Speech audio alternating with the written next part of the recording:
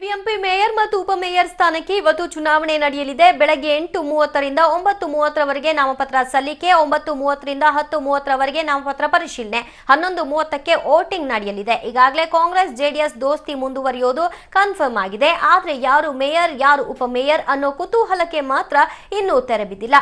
ಕಾಂಗ್ರೆಸ್ ಇವತ್ತು ತನ್ನ ಮೇಯರ್ ಅಭ್ಯರ್ಥಿಯನ್ನ ಪ್ರಕಟಿಸಲಿದೆ. ಪ್ರಕಾಶ್ ನಗರ ವಾರ್ಡ್ನ ಪದ್ಮಾವತಿ ಹಾಗೂ ಶಾಂತಿನಗರ ವಾರ್ಡ್ನ ಪಿ ಸೌಮ್ಯ ಶಿವಕುಮಾರ್ ನಡುವೆ ಪೈಪೋಟಿ ಇದ್ದು ಪದ್ಮಾವತಿ ಹೆಸರು ಫೈನಲ್ ಆಗೋ ಸಾಧ್ಯತೆ ನಿಚ್ಚಳವಾಗಿದೆ.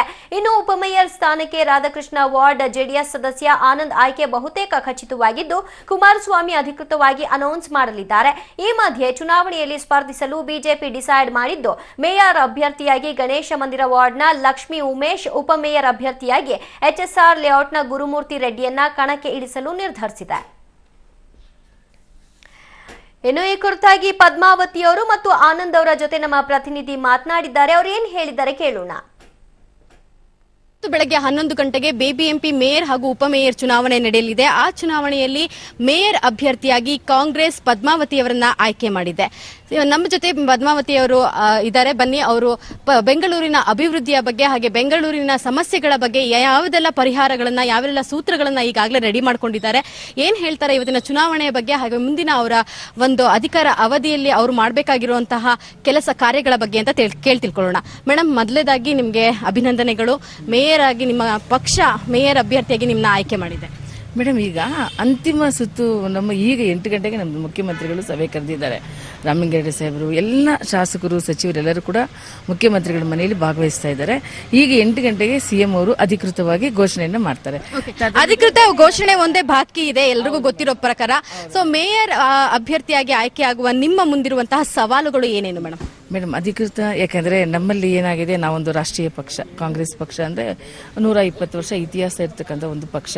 ಹಾಗಾಗಿ ಜೊತೆಯಲ್ಲಿ ಬೆಂಗಳೂರು ಮಹಾನಗರ ಪಾಲಿಕೆ ಒಂದು ಸಮ್ಮಿಶ್ರ ಆಡಳಿತ ಇರೋದ್ರಿಂದ ಸನ್ಮಾನ್ಯ ಮುಖ್ಯಮಂತ್ರಿಗಳು ಅಧಿಕೃತ ಘೋಷಣೆ ಆದ ನಂತರ ನಾನು ತಮ್ಮ ಮುಂದೆ ಬರ್ತೇನೆ.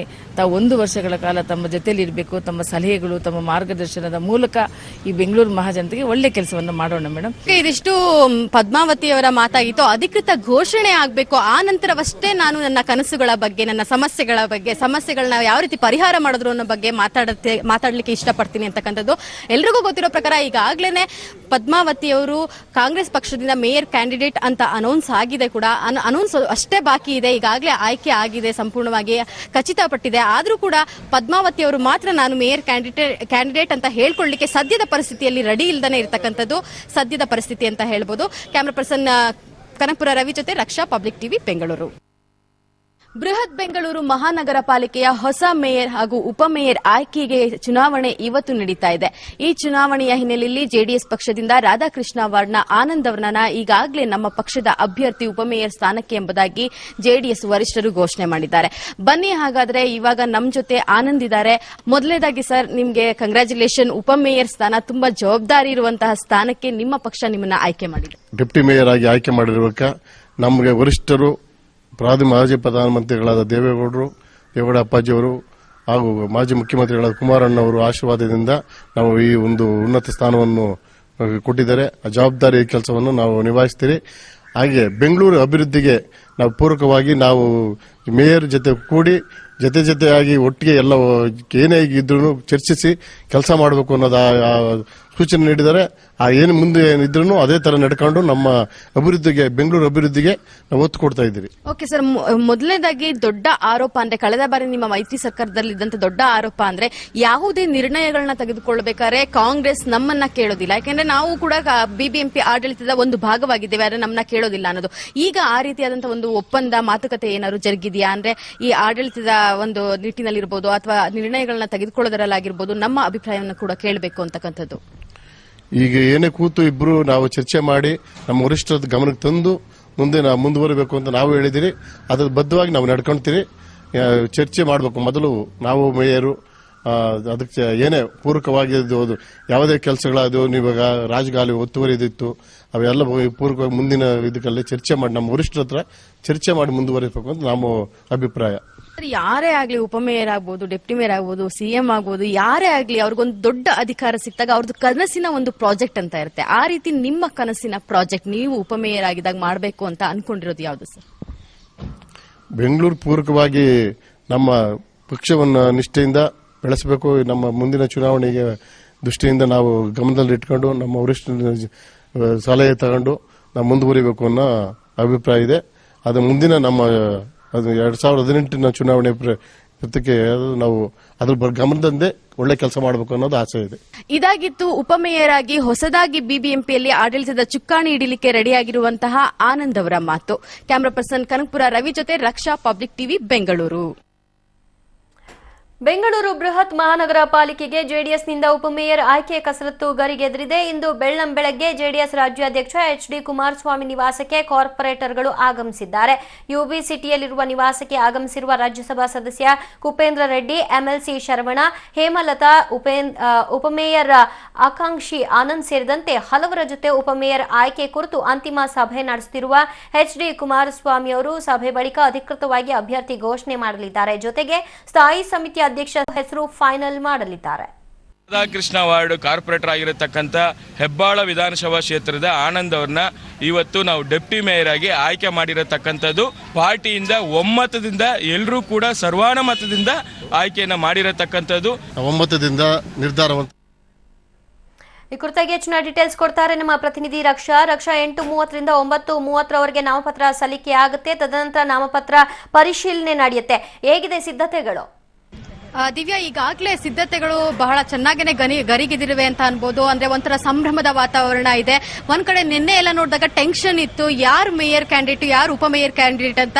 ರಾತ್ರಿ ಅದೆಲ್ಲದಕ್ಕೂ ಕೂಡ ಒಂದು ಸರಿಯಾದಂತಹ, ಅಂದ್ರೆ ಯಾರು ಮೇಯರು, ಯಾರು ಉಪಮೇಯರ್ ಅಂತಕ್ಕಂಥ ಅಭ್ಯರ್ಥಿಗಳು ಅಂತಕ್ಕಂಥದ್ದು ಒಂದು ಪಕ್ಕ ಆದ ನಂತರ ನಿಜವಾಗ್ಲೂ ಒಂದ್ ರೀತಿ ಗರಿಗೆದಿರಿದೆ ಅಂತಾನೆ ಹೇಳ್ಬೋದು. ಇವತ್ತಿನ ವಾತಾವರಣ ಬಿಬಿಎಂಪಿಯ ಅಂಗಳದಲ್ಲಿ ಈಗಾಗಲೇ ಸಾಕಷ್ಟು ಜನ, ಅಂದ್ರೆ ಬಿಜೆಪಿ ಪಕ್ಷದಿಂದ ಮೇಯರ್ ಹಾಗೂ ಉಪಮೇಯರ್ ಅಭ್ಯರ್ಥಿಗಳು ಈಗಾಗಲೇ ನಾಮಪತ್ರವನ್ನ ಸಲ್ಲಿಸಿದ್ದಾರೆ.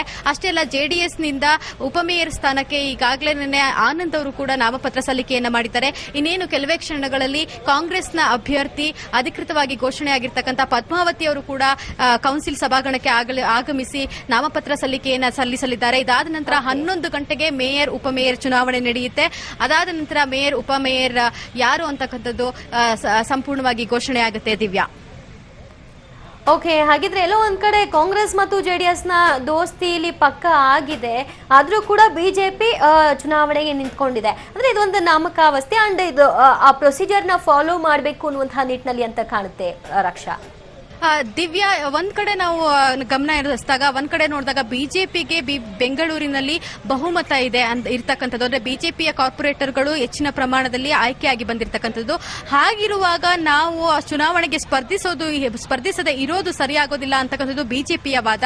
ಹಾಗಾಗಿ ಬಿಜೆಪಿ ಪಕ್ಷದಿಂದಲೂ ಕೂಡ ಅಭ್ಯರ್ಥಿಗಳನ್ನ ಆಕೆ ಮೇಯರ್ ಹಾಗೂ ಉಪಮೇಯರ್ ಸ್ಥಾನಕ್ಕೆ ಅಭ್ಯರ್ಥಿಗಳನ್ನ ಇವತ್ತು ನಾಮಪತ್ರ ಸಲ್ಲಿಕೆಯನ್ನ ಮಾಡಿದ್ದಾರೆ. ನಾವು ಎಲೆಕ್ಷನ್ ನ ಸ್ಪರ್ಧೆಯನ್ನ ಮಾಡ್ತೀವಿ.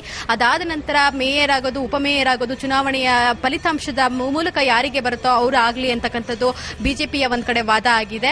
ಆದ್ರೆ ಕಾಂಗ್ರೆಸ್ ಹಾಗೂ ಜೆಡಿಎಸ್ ನ ಮೈತ್ರಿ ಈ ವರ್ಷನೂ ಕೂಡ ಮುಂದುವರೆದಿದೆ.